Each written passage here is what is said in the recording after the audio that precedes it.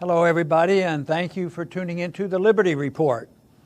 With me today is Daniel McAdams, our co-host. Daniel, good to see you. How are you this morning, Dr. Paul? Good. I hope you've recovered from our conference in Houston. That was a very nice turnout. And, it was I great. found out that a lot of people who watch this program also came to our conference. So, exactly. Yeah, it was very good. You know, and that had to do with the drug war, and we had a positive statement that we were sort of winning that war. But today we're going to talk about a potential war and a war against our foreign policy, and we're not doing so well there. And want to talk about the rocket that hit in the green zone on Sunday night. Yeah. And it probably was aimed at the embassy. It didn't hit the embassy, but these are not that accurate of rockets. Mm-hmm. But they did this in the fall. We shouldn't be too surprised that there's somebody that's annoyed by that embassy.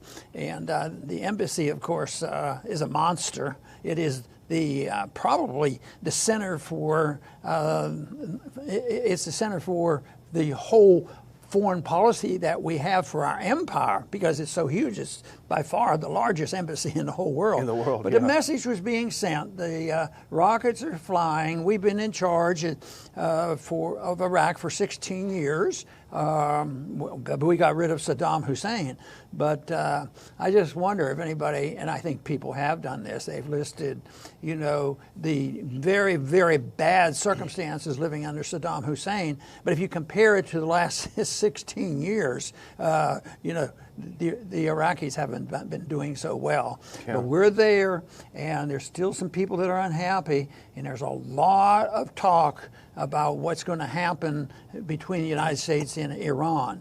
I happen to think that the troops aren't going to go marching, but it sure sounds like there's enough antagonism that's going to annoy a lot of people. I just want to read one statement that Trump made in context of all this lack of diplomacy dealing with Iran, and this has to do with Trump sounding off. At times, he sounds like a non-intervention, but this is what stirs people up.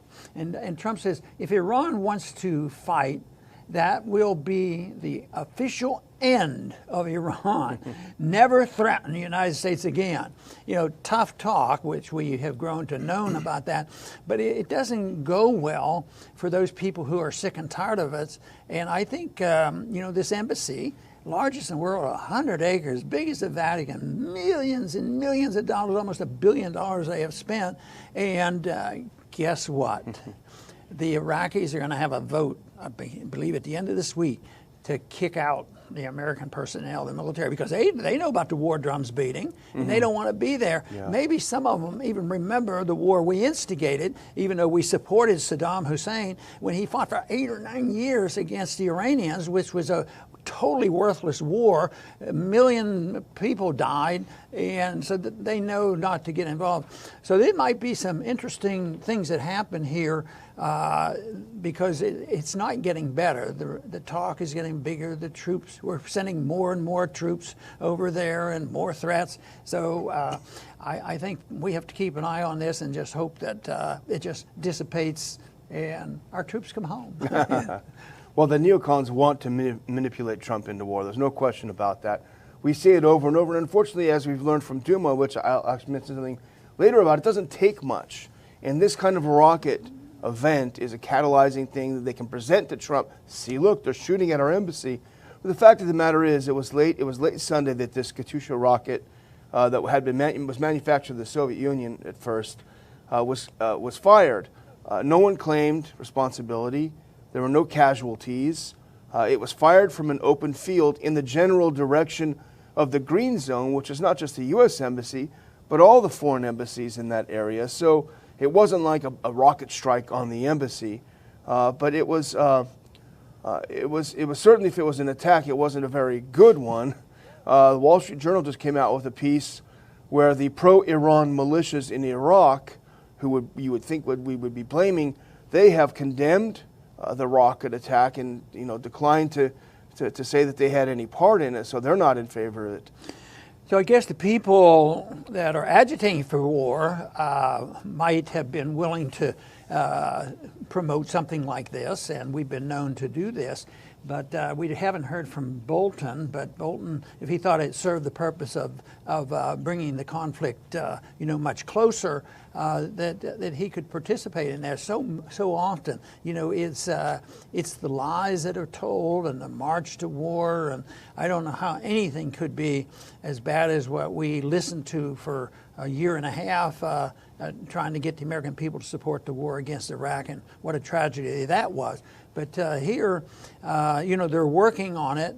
I don't think we're at that point because we don't have, we're not going to go in there with 120,000 troops and invade.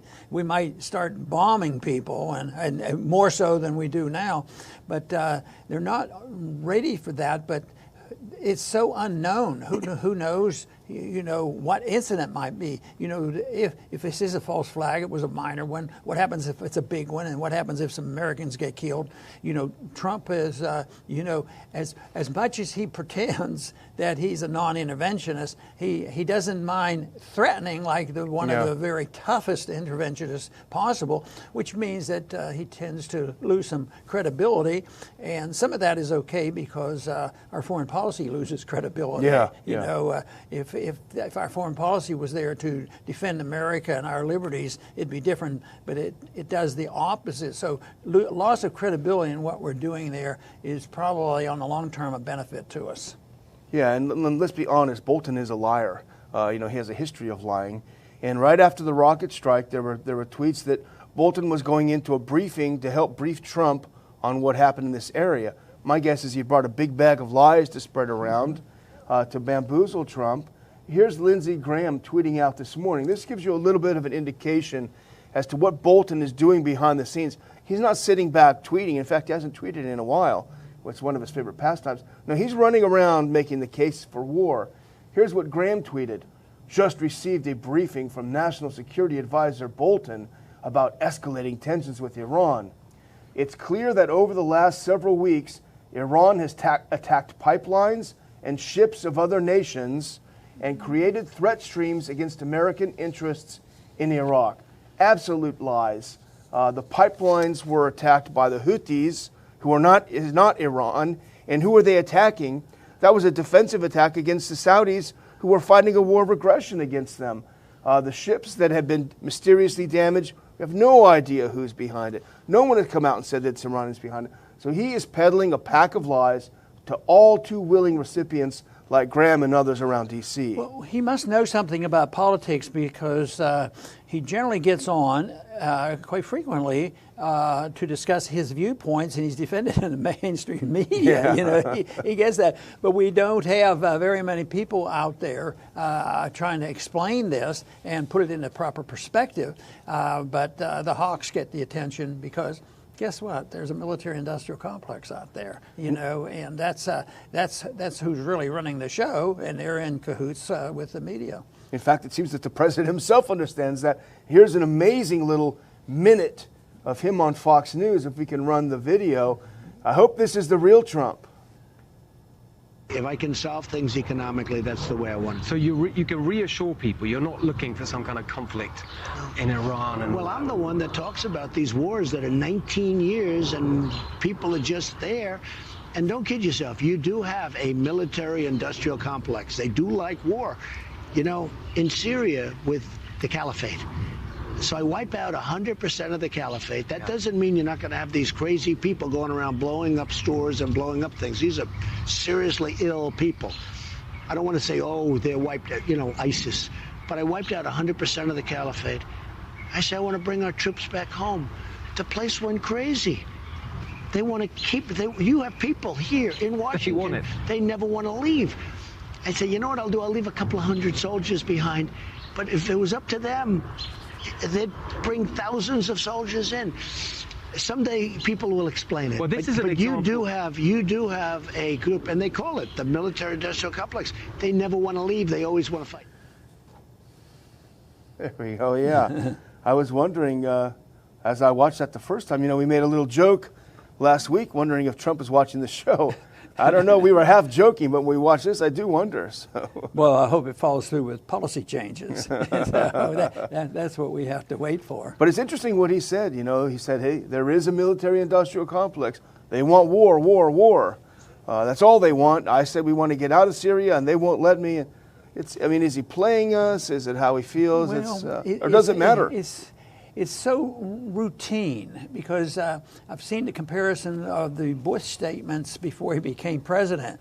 You know, no nation building and mind our own business. Humble foreign policy. Humble foreign policy.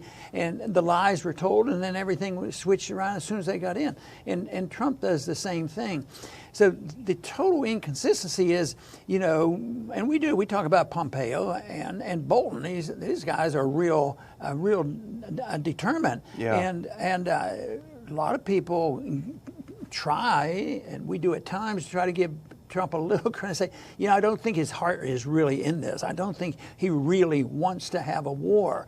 But the perceptions then have to be completely bizarre. If he doesn't want to have a war and doesn't want to have a conflict, why does he have this absolute obsession about the destruction of Iran? Yeah. And why in the world would he have the advisors that he have? How could they be advisors? Yeah. Unless he wants to play this game where we have the advisors out there to appeal to maybe it's all politics, to appeal to the hawks, the people who like hawkishness in the government, and they vote for you for that reason. At the same time, he can come in and bring sanity to her and back these guys off. He sort of does it at times. Well, even like, a week or so ago, he said, maybe I have to rein in Bolton. Yeah. You know? So I like it better when you have a policy, you know what it is, and you stand for it. And even if it's a policy that people don't agree with, the world would be better off. You know, the dictators of the world sort of stood their ground. And maybe that's the reason that a person like Saddam Hussein lasts for a long time until they cross us, you know, and then there's a problem. But it to me is such a shame that that Trump can say these things and he knows about the military-industrial complex, all about money. But what did he say when we were trying to get him to stop supporting the Saudis in Yemen?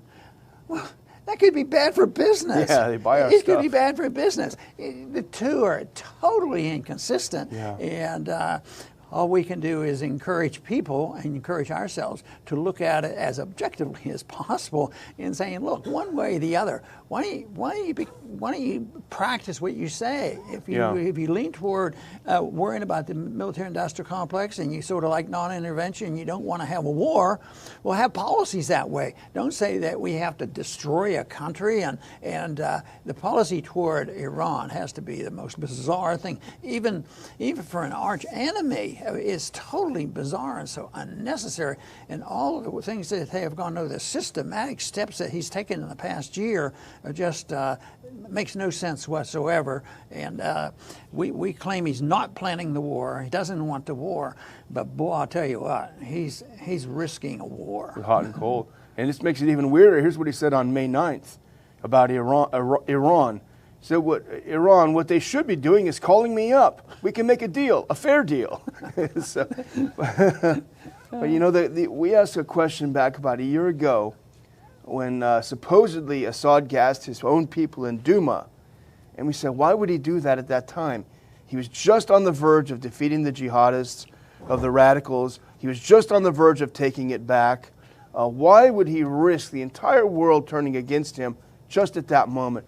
And you kind of have to ask the same question about Iran in this case. And I think this is the weakness in the neocons manufactured case for war.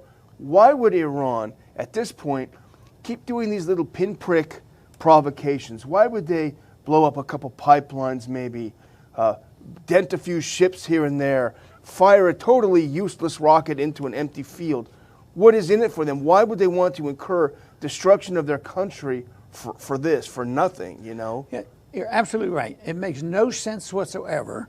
And we see it and we understand it and we try our best to explain this. But this is inconsistent But do you think that the media would sort it out? Where they're reaching every single night. All the stations do the same thing. On the foreign policy, there's not a whole lot of difference between conservatives and liberals. They're all hawkish, especially the leadership. They're all very, very hawkish, and yet we get no help whatsoever to show why this makes no sense. But the one thing is, when you settle down and start looking at it, more and more people are starting to realize it doesn't make much sense. More and more people around the world are starting to think that. And as we weaken financially and our dollar weakens and this continues, all these failures continue, it'll catch up with it. And no matter what they say and do, and no matter how much the media ignore explaining this, the people will eventually know. It to me was so discouraging in the 60s for the people to take so long to say, this is really stupid. And how many people had to die to do it. I just wish that we could contribute enough to this so people would make the decision of the disastrous effects of these contrived wars before they start. Yeah. That's the whole thing. But the fact that whether they're a Republican or a Democrat running for president, they all say the same thing. They always promise a better foreign policy. Yeah. And I sort of work on the assumption, and you can make the case for the person that talks more about peace than war tends to win the election. Yeah. And Trump was an example of that. And yeah. Bush did he knew what to say. And then they get in and they say, how do I become one of the great presidents of the world? We have to have a war, and then they go and find one. That's right. You talk about the media. Here's the media in a nutshell. And I don't have the exact quote, but I saw a headline that Drudge had up about Trump and the whole Iran thing. Here's the essence of what the media headline was about Trump and Iran. After threats, Trump risks looking weak if he does nothing. This is what the media does. He risks looking weak. You better get out there. You've been threatening. You better do something. But anyway, I want to follow up on what Dr. Paul opened with, which is our conference on Saturday. It was a great success. The only problem we had was that every seat was full. There was nowhere to sit. My wife walked in to look around and she had to stand. So that's a good problem to have, to be honest. It's a good problem to have. It was a great gathering, a great group of people, great speakers. And so many, Dr. Paul did this about a year ago before a conference. He said, how many of you watched the Liberty Report? There was a nice smattering of hands. He did it yesterday, and literally the entire audience raised their hands. So thank you. Thank our viewers. Some people came up to me and said, I watch it every day. That is fantastic, and we appreciate you so much. Please, if you're just watching it now and you don't subscribe, please do subscribe to the channel. Get your friends and others to subscribe. We're at well over 180,000 subscribers now. We want to go up, up, up, because we've got the real news here, Dr. Paul, not the fake news. Very good. And there's been restrictions placed on libertarian and some conservative organizations by social media, and that's a challenge to get the message spread around. But the individuals who watched the program, who came to the conference, just think everybody has a mailing list. Everybody has an email list. So I think it's easy to spread that so the numbers can be even much greater than we have. But we have to get people to help out. And the message, it used to be one-on-one. There's still a lot of that. And when you compare what we do to the massive media, it is a one-on-one deal. But we like to increase that, and that would be to spread this message. Each individual has the responsibility to do that if they think the message is worthwhile. But there is no doubt in my mind from having attended our conference, and it was not on foreign policy, but it involves foreign policy because it dealt with the war on drugs, and it involves the CIA, and it involves much of our borders. But it was a domestic issue as well. But the wars, whether they're domestic, undermining our civil liberties, or whether it's the consequence of the tragedy of 9/11, where we have to punish the enemy, and it ends up the American people lose their liberties, and they get taxed for more things and more endless, nonsensical wars that had nothing to do with 9/11. That persists. That means the clarity of what non-intervention is all about is so crucial. It has to show that you can apply this principle to personal liberty. It's your life. Run your life as you choose. Just follow the non-aggression principle. Don't hurt people. And if you want to do this in economics, fine. People can people should have a right to their money. That's why you get rid of the income tax, to spend your money the way you want. And if a business doesn't provide the services that you want, you lose your business. And it should not be run by the government and the special interests, but we apply that to foreign policy too. That if you have friendship and trade and talk to people, far from a perfect world, but believe me, what we have now is much further from a perfect world, and it isn't even moving toward a perfect world until we have more principles of getting along with people at the international level, just as we do with our next door neighbor. I want to thank everybody for tuning in today to the Liberty Report and the support that you have given us. And please come back soon to the Liberty Report.